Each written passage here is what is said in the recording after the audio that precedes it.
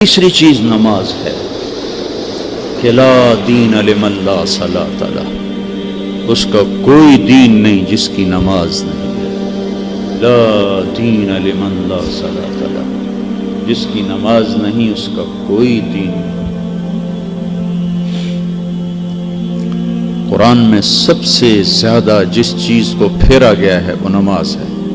700 دفعہ نماز کو دہرایا گیا ہے قرآن میں، 82 دفعہ مال خرچ کرنے کا دہرایا گیا ہے قرآن میں۔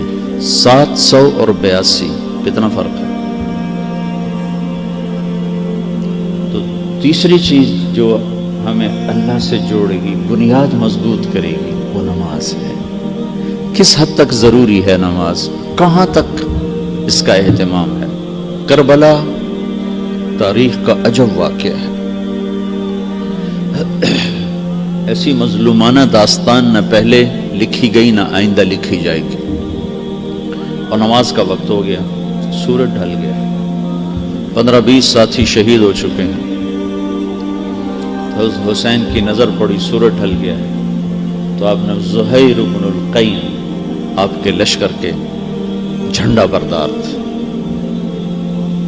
حبیب بن المظاہر یہ دوسرے جھنڈا بردار تھے، عباس بن علی یہ تیسرے جھنڈا بردار تھے، 3 جھنڈے تھے۔ تو آپ نے حبیب کو بلایا، زہیر کو بلایا اور فرمایا شمر سے کہو تھوڑی دیر رک جائے، مجھے نماز پڑھنے تھی، میرے ساتھیوں کو نماز پڑھنے تھی۔ تو زہیر نے گھوڑا آگے بڑھایا اور کہا کہ تھوڑی دیر کے لیے رک جاؤ، ہمیں نماز پڑھنے دو، پھر جو مرضی ہے کر لیں۔ اس نے کہا ہم نماز کے لیے تلواریں نہیں روکیں گے، تمہیں نماز میں بھی ماریں گے۔ تو انہوں نے واپس آ کر کہا کہ وہ جنگ روکنے پہ تیار نہیں ہے۔ تو آپ فرماتے چلو ٹھیک ہے، بس توکل کرو، کوئی نہیں ہوں سر تے آئی کھلوتی۔ اللہ کی قسم نہ پڑھتے تو ان کو کوئی فرق نہیں پڑنا تھا، ہمیں فرق پڑنا تھا، ہمیں پورا پیغام نہ پہنچتا، ہمیں ادھورا پیغام پہنچتا۔ تو پیغام کو مکمل پہنچانے کا انتظام کیا۔ ان کو تو جنگ سے پہلے نیند آ گئی، آنکھ کھلی تو ہنسنے لگے۔ تو بہن نے پوچھا زینب نے کیوں ہنسے ہو؟ یہ تو ہنسنے کا وقت نہیں۔ کہ اللہ کے رسول خواب میں آئے ہیں کہ بیٹا تمہیں لینے کے لیے آ چکا ہوں، نہ پڑھیں لیکن پھر پیغام ادھورا جاتا، پیغام ادھورا جاتا۔ تو فرمایا آدھے ان سے لڑو اور آدھے نماز پڑھو۔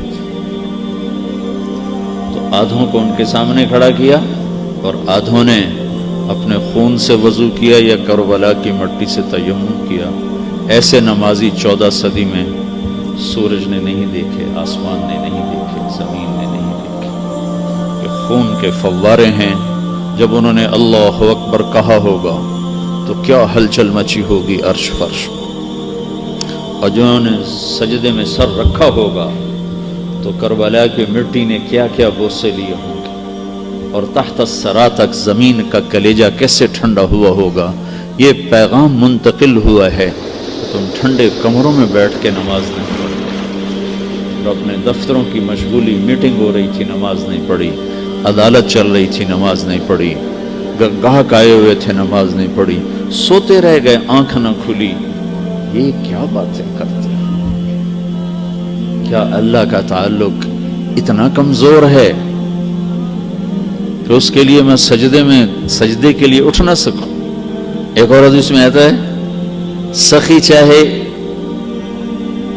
فاسق بھی ہو تو اللہ اس سے پیار کرتا ہے، اور عابد اور بخیل چاہے عابد بھی ہو تو اللہ سے ساتھ اس کا تعلق نہیں بن سکتا۔ شیطان کہتا ہے میں سخی فاسق سے ڈرتا رہتا ہوں، پتہ نہیں کب اپنی سخاوت کی وجہ سے بخشا جائے، اور تہجد گزار روزے دار بخیل سے مجھے کبھی ڈر نہیں لگا کہ اس کو مارنے کے لیے اس کا بخل ہی کافی ہے۔ اس کو ہلاک کرنے کے لیے بخل ہی کافی ہے۔ یا رسول اللہ مل ایمان، ایمان کیا ہے؟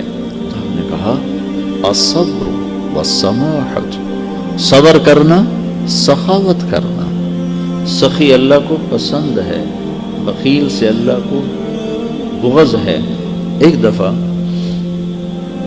بنی اسرائیل کے ایک عابد کی شیطان سے ملاقات ہوئی تو وہ کہنے لگا ایک بات کرو تو تمہارے یار کون؟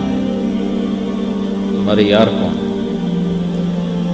کہا 3 باتوں میں سے کوئی ایک بات جس میں ہو وہ میرا گھاٹا یار ہے، اور اگر تینوں ہوں تو بس او پیر تو میں مرید ہوں۔